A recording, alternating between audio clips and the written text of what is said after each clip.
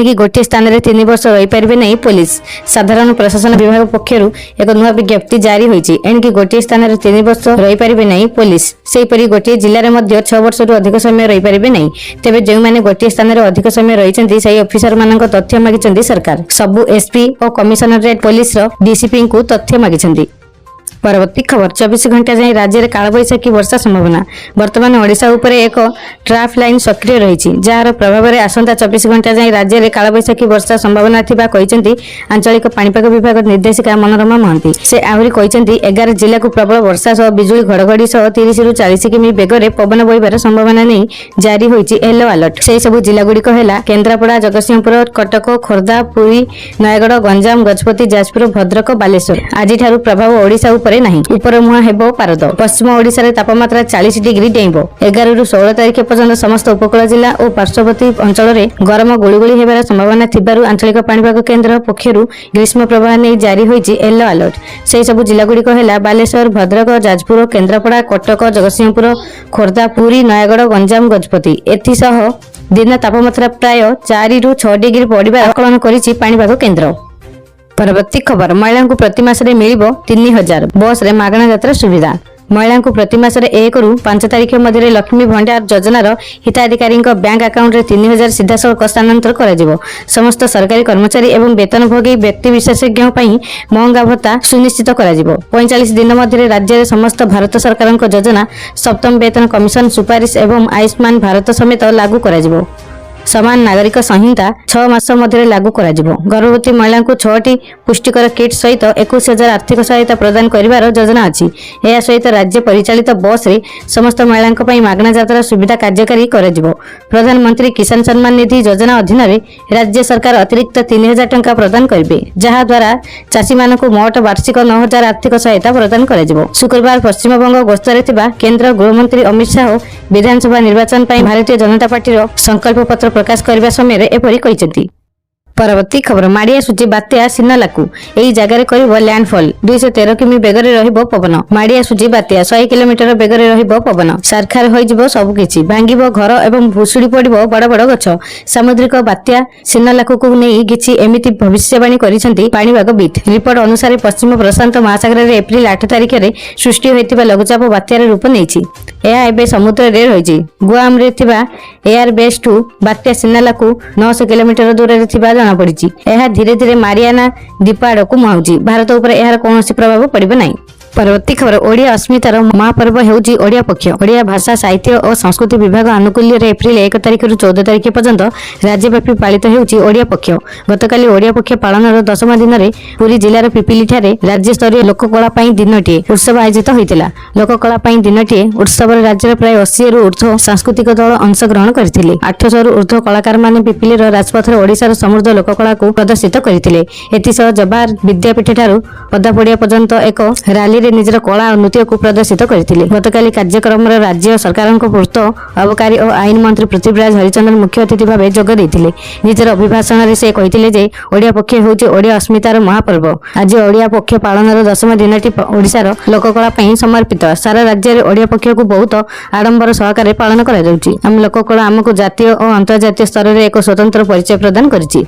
एथि निमंते मु समस्त कलाकार मानकु साधुवाद जनाउछि। आम लोककलार विकास सह ओडिया भाषा साहित्य और संस्कृति को आमे जेपरि विश्व विदित करि परिबा से दिगरे आमे मिलिमिशि कार्य करिबा उचित बोली मंत्री श्री हरिचंदन मत प्रकाश करथिले।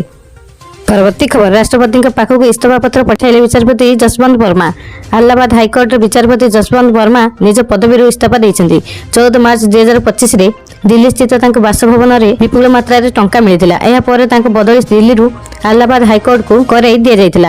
ए गुरुत्वपूर्ण पदवी हटाइबा पई महा अभियोग प्रक्रिया मध्य चलीथिला। गत 9 एप्रिल रे विचारपति जसवंत वर्मा निज इस्तफा पत्र राष्ट्रपति द्रौपदी मुर्मू निकट को पठाई दैछन्ती। इस्तफा पत्र रे से लिखिछन्ती जे मु आपनक सम्माननीय कार्यालय को सही कारण संपर्क में कहबाकू चाहूनी जेउथि पई मते ए पत्र ଦେବାକୁ ପଡ଼ିଛି। ତଥାପି ବହୁତ ଦୁଃଖ ସହିତ ଆହ୍ଲାବାଦ ହାଇକୋର୍ଟର ବିଚାରପତି ପଦବୀରୁ ତତ୍କାଳ ଇସ୍ତଫା ଦେଉଛି। ପ୍ରକାଶ ଥାଉ କି 14 ମାର୍ଚ୍ଚରେ ବିଚାରପତି ବର୍ମାଙ୍କ ଦିଲ୍ଲୀସ୍ଥିତ ବାସଭବନରେ ନିଆଁ ଲାଗିଯାଇଥିଲା। ନିଆଁ ଲିଭାଇବା ପାଇଁ ଆସିଥିବା ଦମକଳ ବାହିନୀଙ୍କୁ ତାଙ୍କ ଘରୁ ପ୍ରବଳ ମାତ୍ର ଟଙ୍କା ମିଳିଥିଲା। ଏହାକୁ ନେଇ ଚାରିଆଡେ ହୋଇ ସୃଷ୍ଟି ହେବା ଫଳରେ ସୁପ୍ରିମକୋର୍ଟ ଏହି ଘଟଣାକୁ ଆଭ୍ୟନ୍ତରୀଣ ଯାଞ୍ଚ ପାଇଁ ଆଦେଶ ଦେଲେ ଏବଂ ବିଚାରପତି ବର୍ମାଙ୍କୁ ଆହ୍ଲାବାଦ କୋର୍ଟକୁ ସ୍ଥାନାନ୍ତର କରିଦେଲେ। ଏହି ତଦନ୍ତ ପାଇଁ ଦେଶରେ ତତ୍କାଳ ବିଚାରପତି ସଞ୍ଜୀବ ଖନ୍ନା ଏବଂ ତଦନ୍ତ ପ୍ୟାନେଲ ସ୍ଥାପନ କରିଥିଲେ।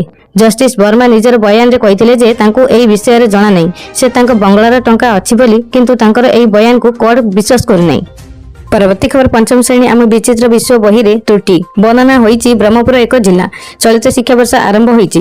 ସ୍କୁଲକୁ ବହି ନ ପହଞ୍ଚିବା ବିବାଦରେ ପୂର୍ଣ୍ଣଚ୍ଛେଦ ପଡ଼ିନି। ଏହାରି ଭିତରେ ବିଦ୍ୟାଳୟ ଓ ଗଣଶିକ୍ଷା ବିଭାଗର ଏକ ତ୍ରୁଟି ଦେଖିବାକୁ ମିଳିଛି। ପଞ୍ଚମ ଶ୍ରେଣୀର ସାମାଜିକ ବିଜ୍ଞାନ ଆମ ବିଚିତ୍ର ବିଶ୍ୱ ପାଠ୍ୟପୁସ୍ତକରେ ତ୍ରୁଟି ଦେଖିବାକୁ ମିଳିଛି। ଏହି ପ୍ରସଙ୍ଗର ପୃଷ୍ଠା ନମ୍ବର 4ରେ ବ୍ରହ୍ମପୁରକୁ ଏକ ଜିଲ୍ଲା ବୋଲି ଉଲ୍ଲେଖ କରାଯାଇଛି। ଏହା ସାମାଜିକ ଗଣମାଧ୍ୟମରେ ଭାଇରାଲ ହେଉଛି। ପରବର୍ତ୍ତୀ ଖବର ପଛରେ ପଡ଼ିଗଲେ KL ରାହୁଲ ଓ ଜୟସୱାଲ। ଏବେ ସବୁଠାରୁ ନମ୍ବର 1 ଭାରତୀୟ ଖେଳାଳି 15 ବର୍ଷୀୟ ବୈଭବ। IPLର 19ତମ ସିଜିନ୍ ଆରମ୍ଭ ହେବା ପୂର୍ବରୁ ମଧ୍ୟ 15 ବର୍ଷୀୟ ପ୍ରାରମ୍ଭିକ ବ୍ୟାଟ୍ସମ୍ୟାନ୍ ବୈଭବ ସୂର୍ଯ୍ୟବଂଶୀ ନିରନ୍ତର ଚର୍ଚ୍ଚାର ବିଷୟ ହୋଇ ରହିଥିଲେ। ଏବେ ରୟାଲ ଚ୍ୟାଲେଞ୍ଜର୍ସ ବାଙ୍ଗାଲୋର ବିପକ୍ଷରେ ସେ ଖେଳିଥିବା ବିସ୍ଫୋରକ ଇନିଂସ ଦ୍ୱାରା ଏହି ଚର୍ଚ୍ଚା ଆହୁରି ବୃଦ୍ଧି ପାଇଥିଲା। ମୁମ୍ବାଇ ଇଣ୍ଡିଆନ୍ସ ବିପକ୍ଷରେ ଏକ ମ୍ୟାଚ୍ ସମୟରେ ଜସପ୍ରୀତ ବୁମରାହଙ୍କ ବଲରୁ 2ଟି ଛକା ମାରି ବୈଭବ ପୂର୍ବରୁ ଶିରୋନାମାରେ ସ୍ଥାନ ପାଇଥିଲେ।